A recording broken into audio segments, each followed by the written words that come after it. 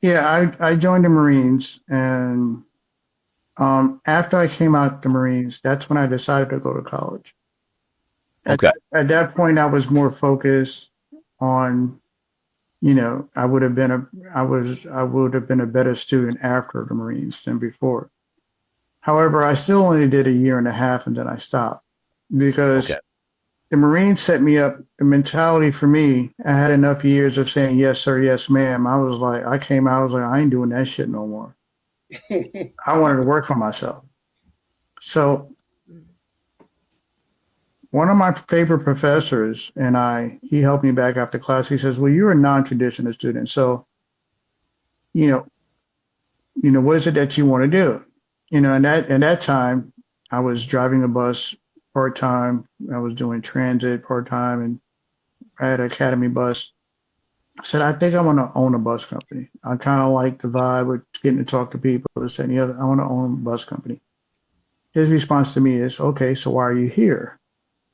I said, well, to get a degree, I'd be the first one in my family, and in particular on my mother's side, I would have got the degree, blah blah blah. So, well, that's noble, but you said you want to learn, you want to own a bus company.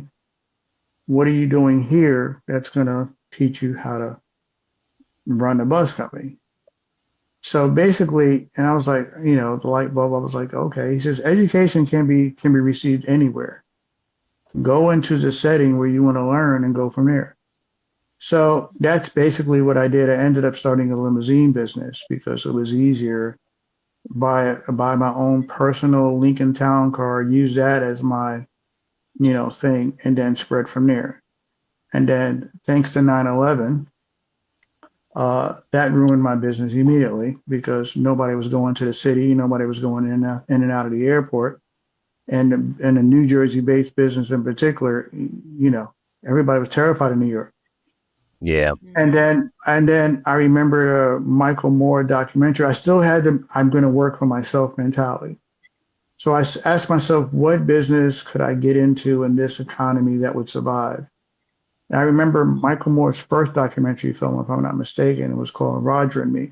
It highlighted the GM plant and that they were in the process of closing down, and it was showing the transformation of the middle class, upper middle class communities to, what happened thereafter. And he highlighted that to show a couple of things. One, that a lot of the social ills and crimes and things of that nature is not race specific and other things like that. So what happened when they did close up GM, boarded up houses as opposed to, affluent buildings, and homes, uh, more crime increase, more like aggravated assaults and domestic violences. And what you also saw was liquor store, church. And where do we normally see that type of setup is in other economically distressed communities, predominantly black, that you'll see that type of liquor store, church. So in that movie, it showed, well, with more crime, you're going to need more police, bigger jails, funeral homes, liquor stores.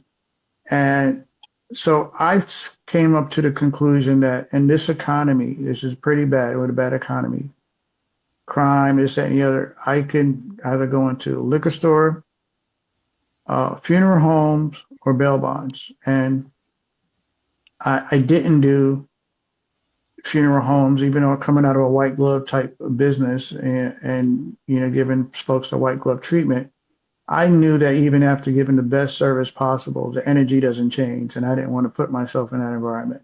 Yeah. Then I said liquor stores, I can do that. But then if I see so and so or such and such coming in with an obvious alcohol problem, I'm not going to feel good about selling them that at that point. So I said, nah. Yeah. And I said, bail bonds. Yo, I bail out, you know, bail bonds. People are going to want to name their kid after me. Hey, thanks for getting me out of jail, all that other kind of stuff. Total different Hmm. energy changes, everything else as well.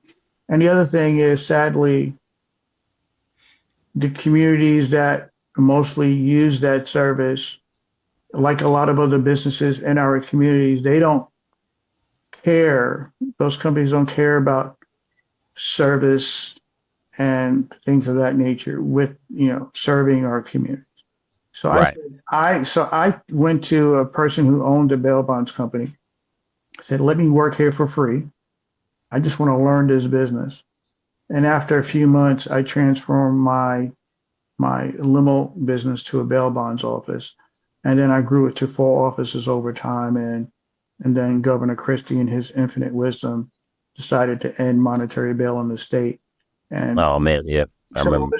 so I lost businesses based off of an unforeseen disaster and or signing into law certain things. But I fast forward to the point is to your crux of your question.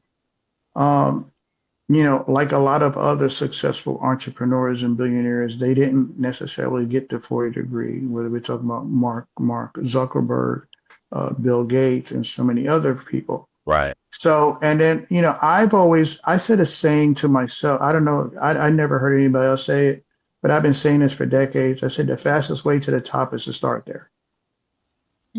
So to Alicia's Right. point, being a founder of her company, she's at the top already. She isn't, she can hire anybody else to, in building that foundation, as she grows and goes from that point as well. So Yep.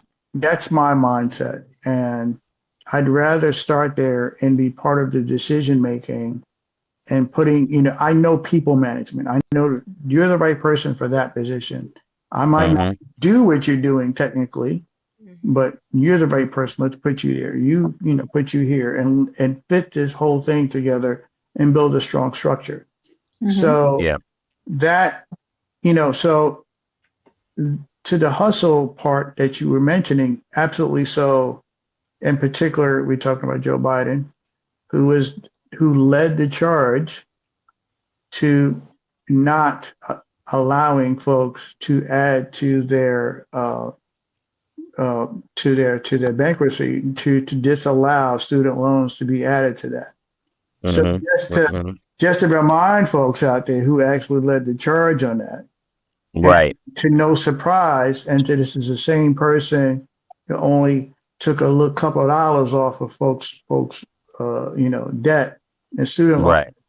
So I just want to remind folks as we have amnesia and selective amnesia on No, on, it's good. on why he only offered a little help, because he was the one that created the problem and made sure the problem was there. And Yeah. he has other people like tapping him on the shoulder, like, hey, don't let that money go away nowhere. Exactly. You know what I'm saying? So Yeah. it is a hustle. I'm happy Absolutely. people are using their skills, their hands, and their brains in other areas and quote unquote blue collar work, realizing that if you want to make a life for yourself, if you do what you love, you don't work a day Right. in your life. So it doesn't, if you don't love, so thankfully, Gina's mom spoke to her and put some words of wisdom in her to say, hey, back off of your son, back off my grandbaby, and let my grandbaby do what he gonna do. That's probably how the conversation sounded. Leave my grandbaby alone. And Yeah. and she's starting to realize, and so will he, as he gets into these fields, if he enjoys it, he might have a long day. But we all know we've been in these situations where it's, especially if you're doing something that you don't like. At 9 o'clock, if you get there 9 o'clock, at 9:15, you looking at your watch like, damn, it's gonna Yeah. be a long When is day. break time? As opposed to if you do what you love and somebody like, yo, bro, you realize it's 5:15? Oh, word? I should have been out of here 15 minutes ago. That Yeah. you would much rather have that type of feeling in doing what you love. So kudos to all those who try. And if your path is through college to get there, do that. As long as at the end of the day, you didn't go to college, pay money to end up with a job as opposed to a career.